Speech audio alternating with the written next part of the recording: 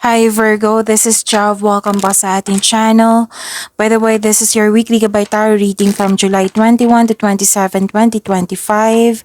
Kung naka-resonate kayo, comment down. Oo, kung hindi kayo naka-resonate, ibigay nyo po sa iba kasi general reading po ito. Kunin nyo lang po kung ano yung naka-resonate sa inyo. This is for you, Virgo.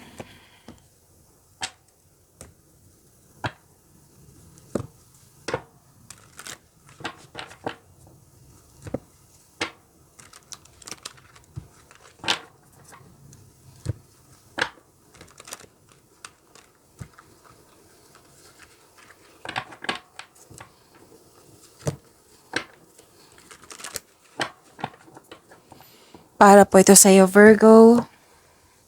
For this week, July 21 to 27, 2025.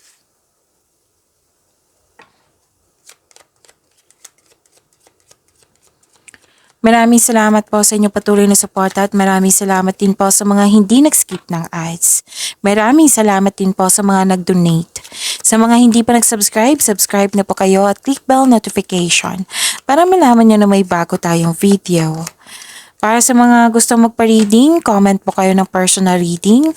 Again, comment kayo ng personal reading and check my reply sa comment section.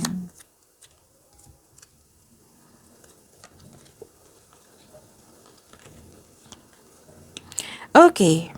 Success, positive outcome, Virgo. And joy and happiness nakikita ko dito. Nakikita ko dito may recovery. Parang nahihirapan ka sa paggawa ng desisyon dito, Virgo. So may recovery po, claim this recovery at may nagbigay ng time sa nature, nag-grounding, nag-meditate. May grupo ng tao dito na very supportive sa'yo and I believe this is your family. So magkakaroon po ng personal development and spiritual growth.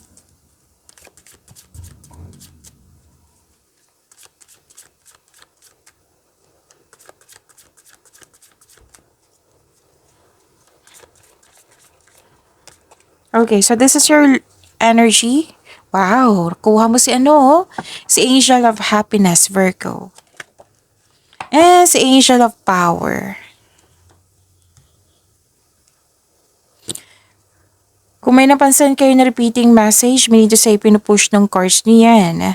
Like for example, napansin nyo, okay? Napansin nyo, nanood kayo sa isang video reading at dito rin at may napansin kayo na repeating message. Yan po yung pinupush ng cards na kailangan yung bigyan ng atensyon, solusyon at aksyon kung maaari po. So ano yung energy ni Virgo?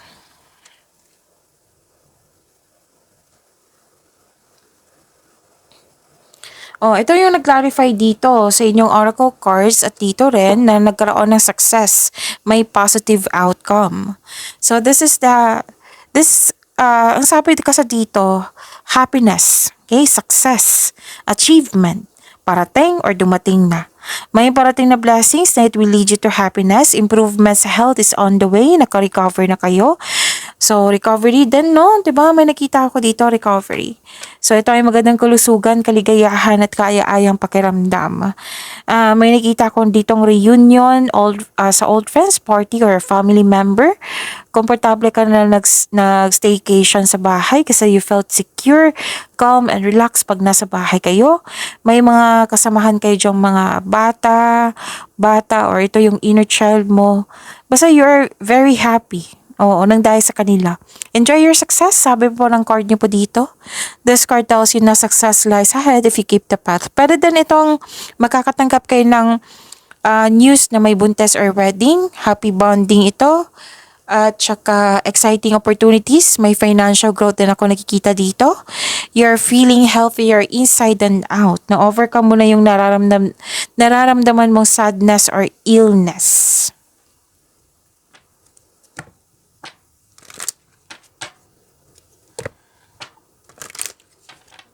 Malakas ang iyong intuition, self-study, self-knowledge.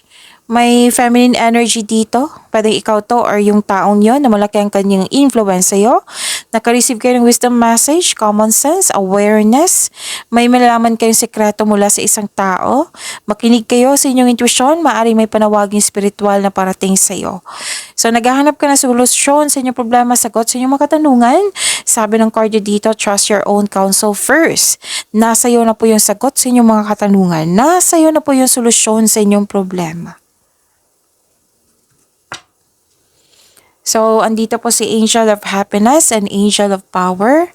To attract more blessings, let us say the positive affirmation, the power affirmation. Let's say, I am content and confident. Again, I am content and confident. Andito din si Angel of Power. I value my intuition and trust the messages I receive. I value my intuition and trust the messages I receive. Kung sa Tagalog pa,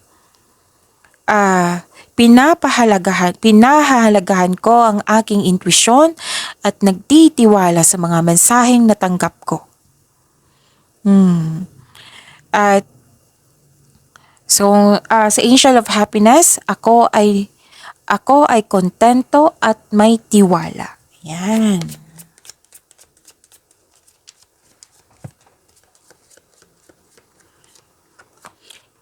Angel number 1919, Divine Guidance. Your angels are guiding you on a path of purpose. Listen closely to their whispers, for the divine guidance will light your way toward a future filled with clarity and purpose.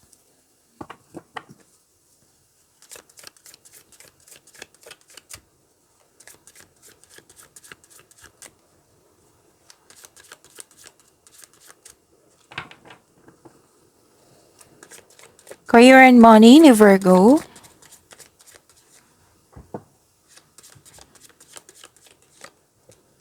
Andito po si Angel of Wisdom.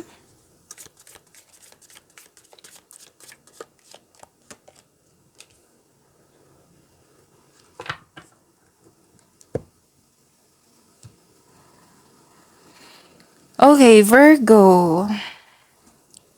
This is success. Mahigit pa sa success, this is victory. Oo. Maaring kampante kayo ngayon kung anong sitwasyon ka. Oo. Sa kung anong sitwasyon ka. Own your space with confidence. So, claim this victory.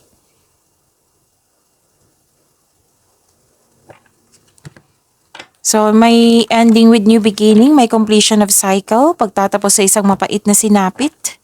Oo, mawawala na po yung blockages na nagdulot ng yung loss, yung hadlang sa kaperahan, mawawala na po. May parating na biyaya na magbibigay daan ng mas maunlad na panahon. So this is pagtatapos ng isang mapait na sinapit, nagaganap ang pagbabago kung ikaw mismo ay tanggap ang pagtatapos na ito. Ang pagsuko na ito ay lumilikha ng isang pakiramdam ng kapayapaan at pasasalamat.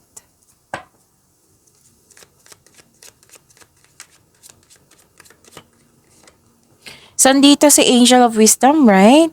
So, let us say the power affirmation to attract more blessings. Okay. I am strong, stable, and in control of my life. Again, I am strong, stable, and in control of my life. Yan. Oh, moving up, promotion.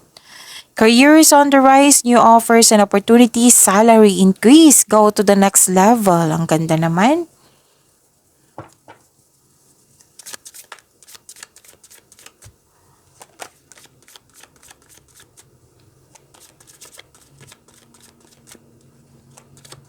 Love life, self-love, partnership, and romance, Virgo.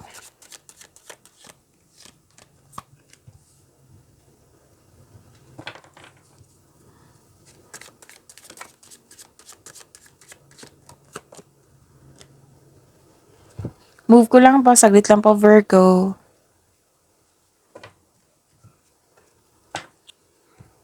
Sa love life, self-love, partnership, and romance, may celebration, togetherness, pwedeng reunion, party, oo.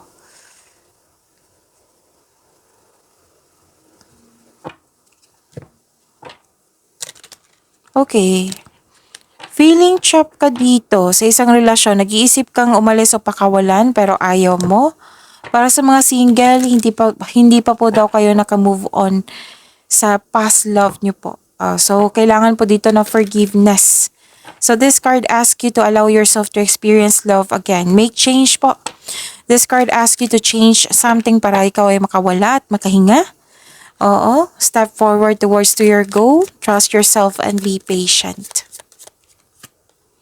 Humingi kayo ng guide kay God para mapalaya mo ang sarili mo sa nararamdaman mo ngayon na kasi may takot dito or lungkot. Alone time. Spend some time alone. It will help you gain clarity on your relationship. Pagyamanin niyo po yung blessings na binigay sa inyo, Virgo. See you tomorrow. Maraming salamat po.